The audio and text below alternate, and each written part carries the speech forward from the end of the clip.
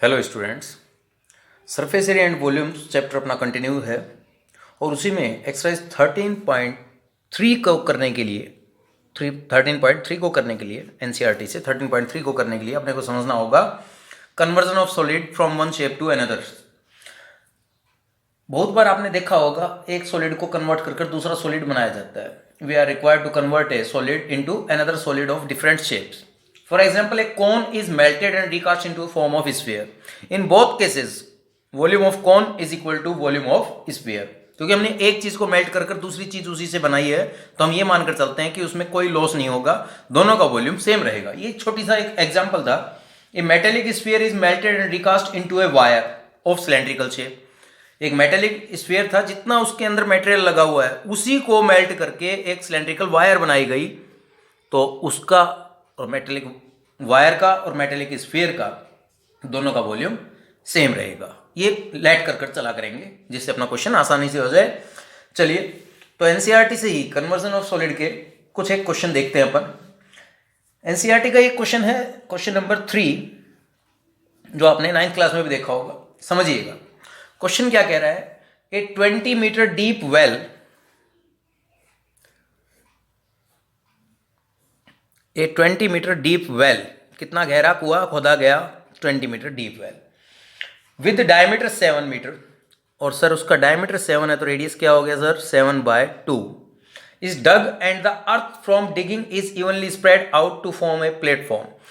इतना खोदा गया, जो इससे मिट्टी निकली गई उससे हमने एक प्लेटफॉर्म बनाया गया। प्लेटफॉर्म की शेप किस तरह की है, जिसमें लेंथ बता दी इसने 22 मीटर, ब्रेथ बता दी इसने 14 मीटर। अब समझिएगा, find the height of the platform. अब जो ये प्लेटफॉर्म है, आप इसको समझिएगा, ये कुछ ना कुछ इस तरह से क्यूबॉइड शेप का होगा।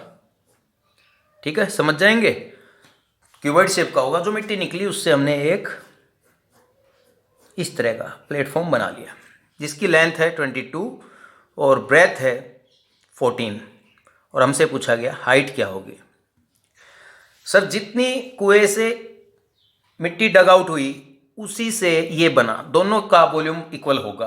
तो वॉल्यूम ऑफ क्या लिखेंगे, वॉल्यूम ऑफ प्लेटफॉर्म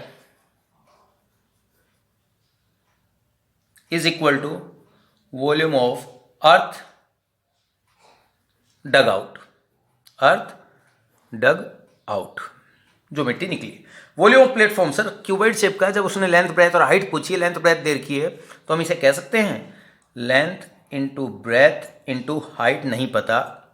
और वॉल्यूम ऑफ अर्थ किससे निकली थी, ये सिलेंड्रिकल, तो वॉल्यूम ऑफ अर्थ क्या हुआ, पाई, आर कितना था 7/2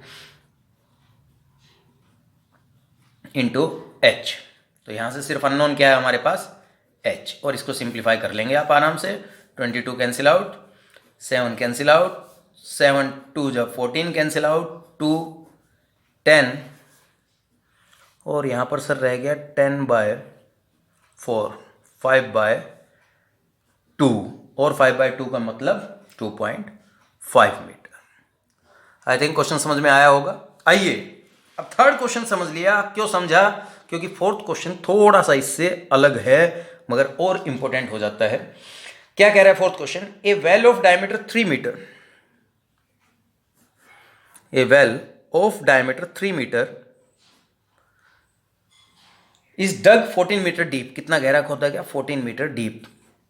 the earth taken out of it has been spread evenly all around is in shape of circular ring of width 4 metre to form an embankment.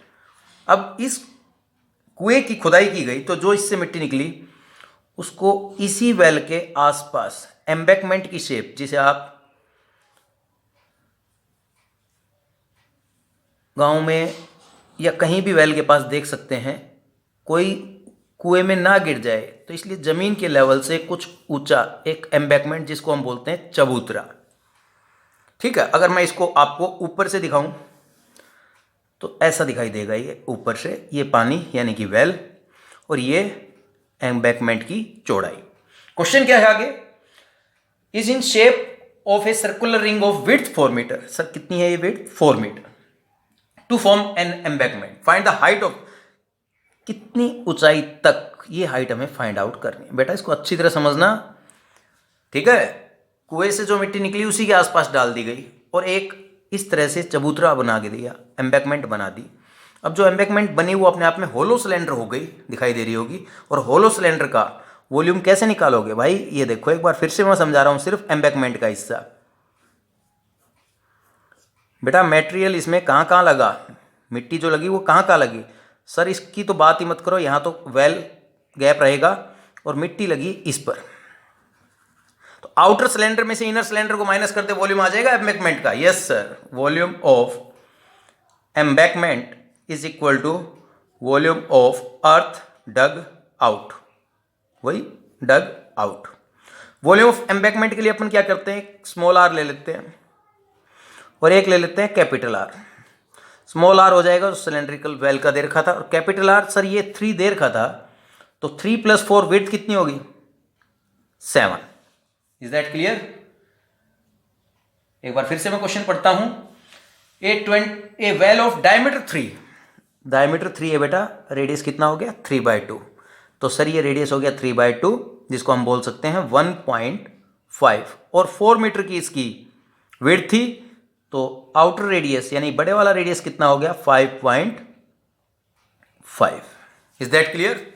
Volume of embankment क्या हो गया sir, बड़े cylinder में से छोटे cylinder को minus कर दो, यस और नो। तो बड़े सिलेंडर का वॉल्यूम πr²h, छोटे सिलेंडर का वॉल्यूम πr²h, दोनों की हाइट सेम रहेगी।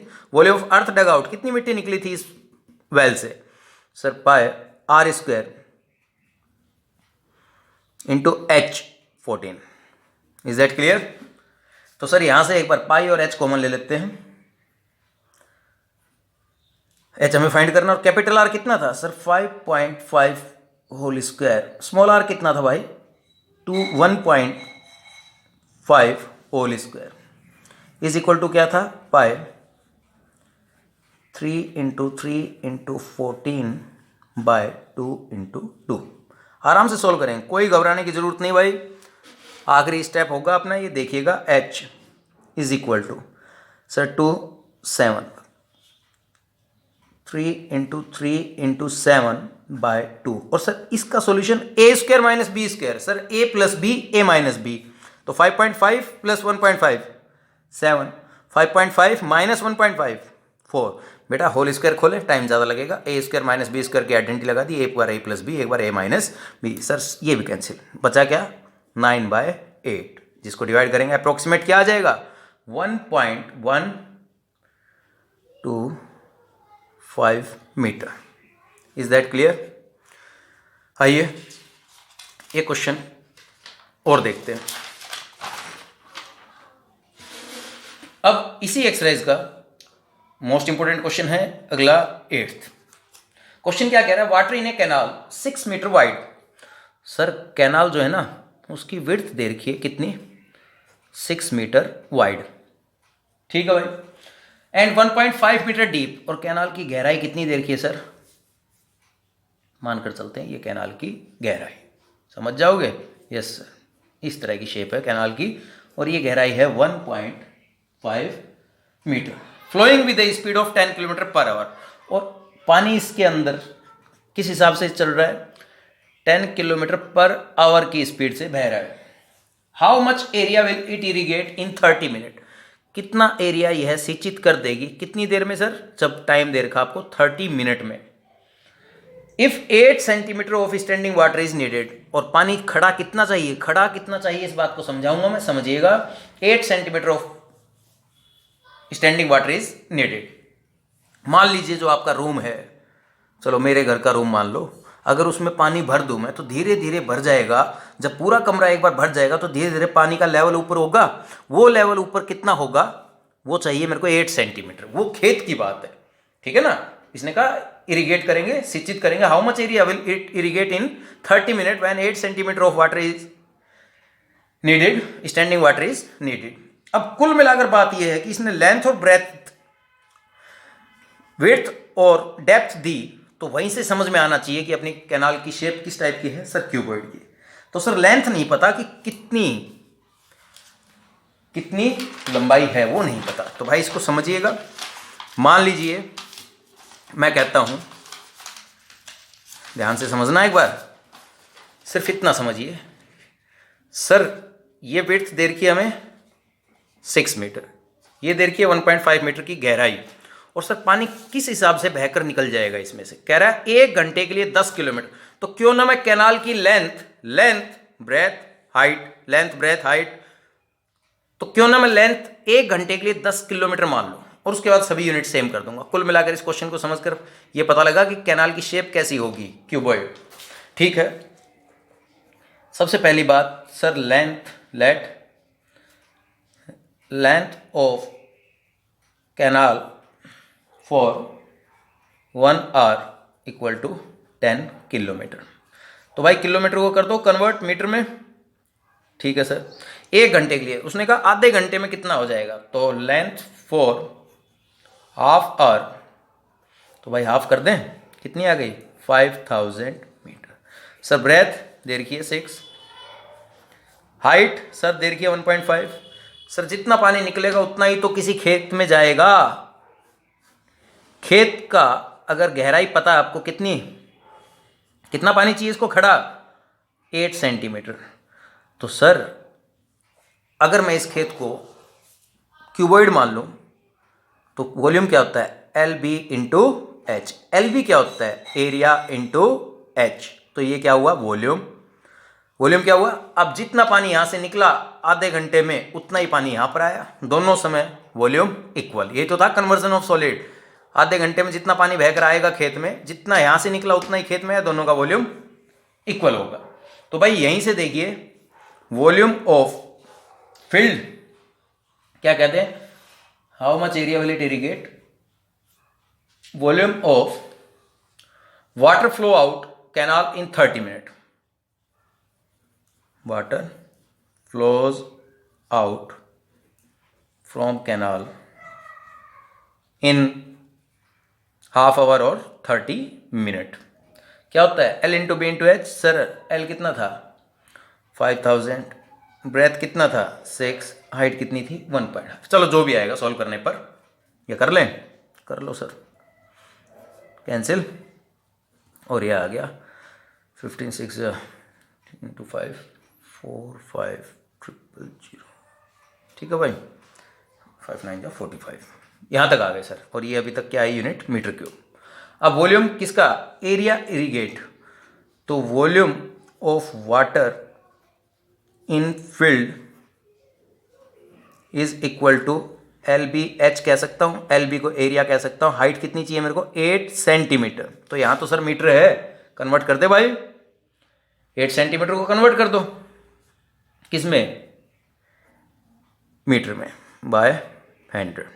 सर दोनों को इक्वेट कर देते हैं, फ्रॉम 1 and 2 कह दें। तो how much area it irrigate, area irrigate into 8/100 is equal to 45।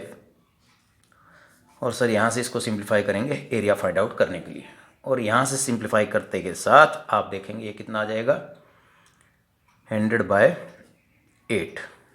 ठीक है, और इसको सॉल्व करेंगे आप,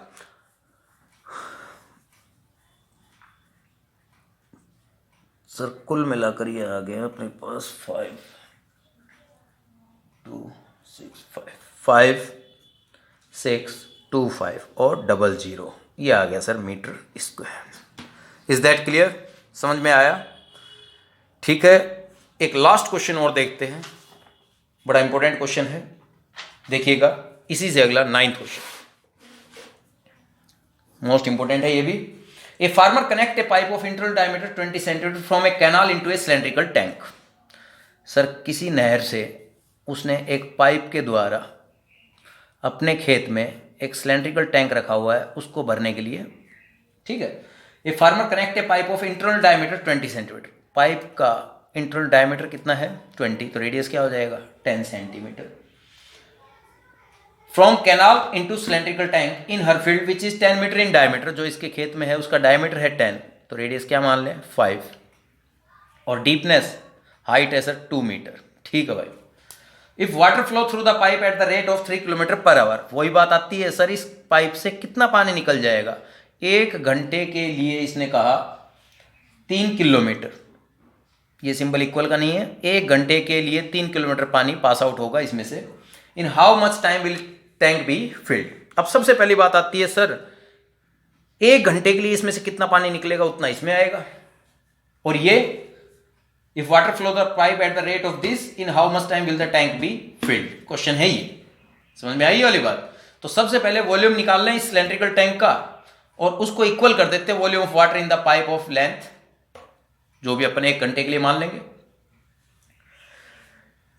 तो भाई इस क्वेश्चन को एक बार फिर से समझिए। Farmer connect a pipe of into diameter 20 centimetre from a canal into cylindrical tank in her field which is 10 metre in diameter and 2 metre in deep. If water flow through the pipe at the rate of 3 kilometre per hour, तो सबसे पहले यहीं पर आ जाइए, length for 1 hour is equal to 3 kilometre को convert कर दिया 3000 मीटर, ठीक है। रेडियस क्या था 10 सेंटीमीटर को कन्वर्ट कर दिया मीटर में, कितना आ गया 1/10।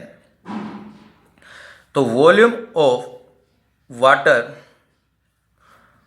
फ्लो इन n मिनट मान लें, अगर मिनट मानेंगे तो मिनट में आएगा, आवर मानेंगे तो आवर में आएगा। आवर मान लेते हैं, क्यों सर ये किलोमीटर पर आवर दे रखा था।